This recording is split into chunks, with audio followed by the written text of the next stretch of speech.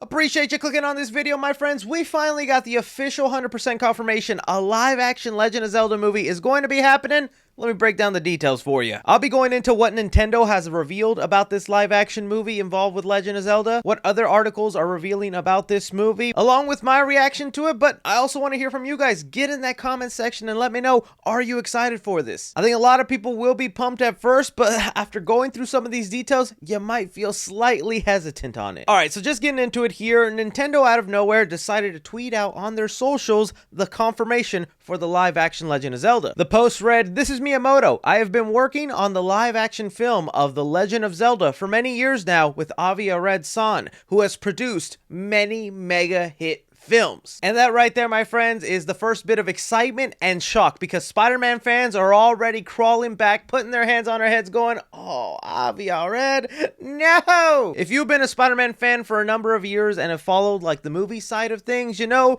this is a producer who's been attached to almost every Spider-Man film we've seen and has made some really questionable decisions over the years that have pissed off some fans. There's like a laundry list of things Spider-Man fans point the finger at with this producer on why he has ruined Spider-Man over the years, but other than looking at the Spider-Man films he's produced, he's also responsible for producing a movie like Ghost in the Shell, which I don't think there was that many people who ended up loving that movie, and Uncharted, a film I do think people are 50-50 on. Some people really like it, some people thought it was a poor adaptation of the video game. So that right there is kind of like red flag number one for some fans going, alright, okay, it's just a producer, there's other things attached to it, let's see what else we got going on. The other thing that kind of surprised me about this announcement, the movie's going to be made by Sony. You know, Nintendo just had a world of success over at Universal with the Super Mario movie, that thing cranking $1 billion. You think Universal would want to keep that partnership and Nintendo would want to stay working with them, and even though it wouldn't have been animated since they're going the live action route, they would stay with them, but looks like Sony maybe outbid them, or they were just working behind the scenes with them. I could just feel Universal are a little pissed right now, kicking their feet going, "Miyamoto, why?" And heck, for video game fans, this is kind of like a huge deal, because although Sony and their movie and video game department are pretty separate, this is still the first time in a super long time that Sony and Nintendo will be side by side next to each other. This partnership was supposed to happen years ago when they were coming out with the PlayStation Nintendo combo, but that never saw the light of day, and now the Legend of Zelda movie will be the first 50-50 partnership with Sony and Nintendo. The next big thing that they confirmed is the director of the movie, who will be Wes Ball. Now, you might know them for directing the Maze Runner trilogy, a trilogy I kind of enjoy. I'm not going to say those movies are bad, but they're not exactly like amazing films. There's enjoyment to be had with those movies. I think the thing that's going to mainly determine my excitement for this is what he's doing with the new Planet of the Apes movies, because that's who's directing that one. We just had the trailer release, Kingdom of the Planet of the Apes, and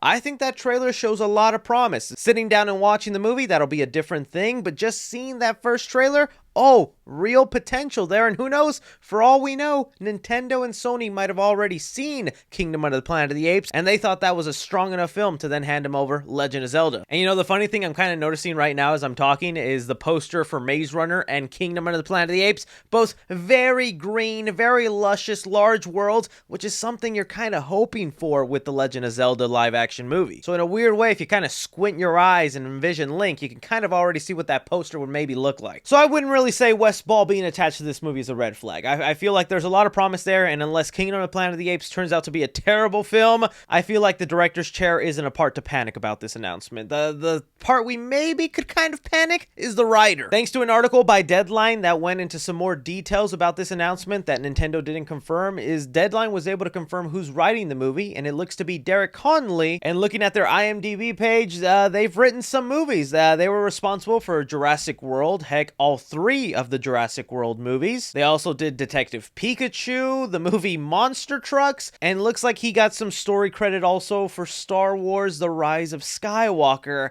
Kind of a mixed bag. The biggest movie that stands out to me is Kong Skull Island, a film I really like. So it's not like a complete utter disaster in there, but I feel like there's enough projects in there for some people to go, ooh, I don't know if these really scream Legend of Zelda. I gotta imagine with Nintendo's involvement, they're gonna have a heavy hand on the story and where they're gonna go with it. So maybe not time to panic just yet on the writer's side of things. I'm just still so stunned they decided to go with the live action treatment. I felt like it was very obvious you should go with animated form after seeing the Mario movie. movie. Now, I wouldn't want the tone for the Mario world into Legend of Zelda. I would hope Legend of Zelda would be a more serious kind of grounded movie. At least that's the vibe I get from a lot of the video games. But casting is gonna be a major determining factor in here, and while everybody's gonna pull out, you know, some really serious good casting choices, the internet has gone wild with Tom Holland, okay? There's AI images of that boy looking like an elf everywhere. Pointy ears and all. And you know what? We're laughing right now. We're thinking it's a funny time. It's a meme to cast Tom Holland and everything.